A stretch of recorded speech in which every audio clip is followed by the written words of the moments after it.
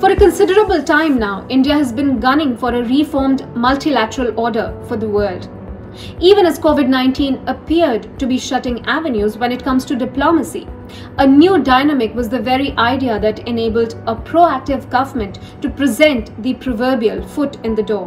But the more important question is of the actual committed efforts and how they are being made. Namaste, you're watching New India Junction. I'm Nivedita Tiwari and here's a quick review of India's recent diplomatic engagements. A reformed multilateral order is understandably the need of the hour, but what does it actually mean? Simply put, it refers to the idea of a more inclusive, collective, and point-based global action for the greater good. More importantly, it allows for a more flexible foreign policy in the context of individual nations so that the larger goal of making the world a better place is achieved. But to be honest, the signs that India's appeal is making a headway are readily apparent. Let's look at the last few months. There have been multiple instances of import in this direction.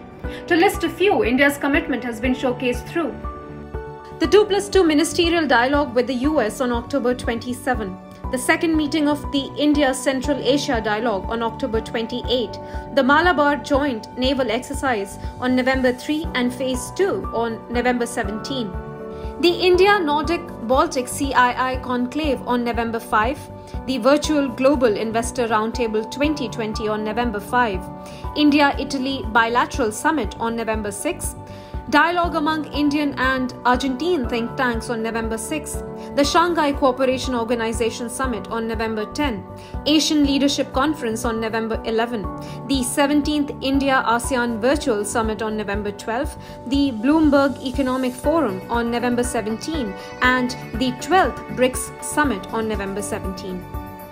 More than a dozen events of major international engagements within the span of less than a month.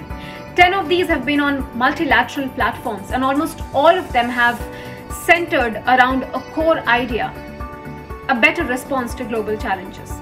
Needless to say, the iconic Sardar Patel Memorial Lecture delivered by the External Affairs Minister Dr. S. Jaishankar is another small hint on the country's focus to redefine its role when it comes to the global decision-making mechanisms. However, this new dynamic presents its own set of challenges. Consider, for example, India's refusal to join the Regional Comprehensive Economic Partnership, RCEP.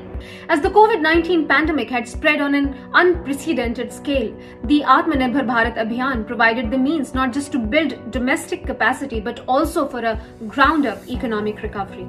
With the idea of a stronger, more self-reliant and an increasingly capable nation, an FTA-like pact would have made for a rather lopsided situation for the domestic manufacturers.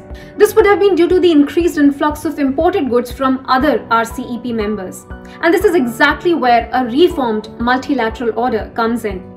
As India already shares comprehensive strategic and economic agreements with most of the participating nations, it is unlikely that joining the RCEP as a mere observer will have an adverse economic impact. Prime Minister Narendra Modi's remarks at the recent summits, namely the SCO and the BRICS, have revolved around the same context of a larger picture. While on the one hand, he called out the infringement of the SCO Charter by repeatedly bringing bilateral issues to the fore, on the other, he appreciated the apparent finalization of a multinational counter-terrorism plan at the BRICS summit.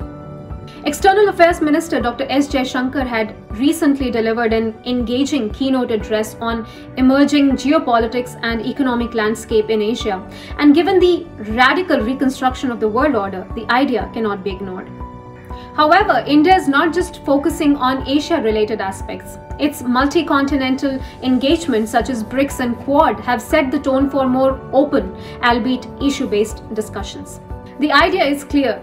As this year draws to a close, India is devoted more than ever in bringing about a sustainable yet all-round development of not just itself, but of the entire world. Follow us for more interesting insights into India's spirited approach, be it diplomacy, economics, culture, or arts. Keep watching New India Junction. Namaste.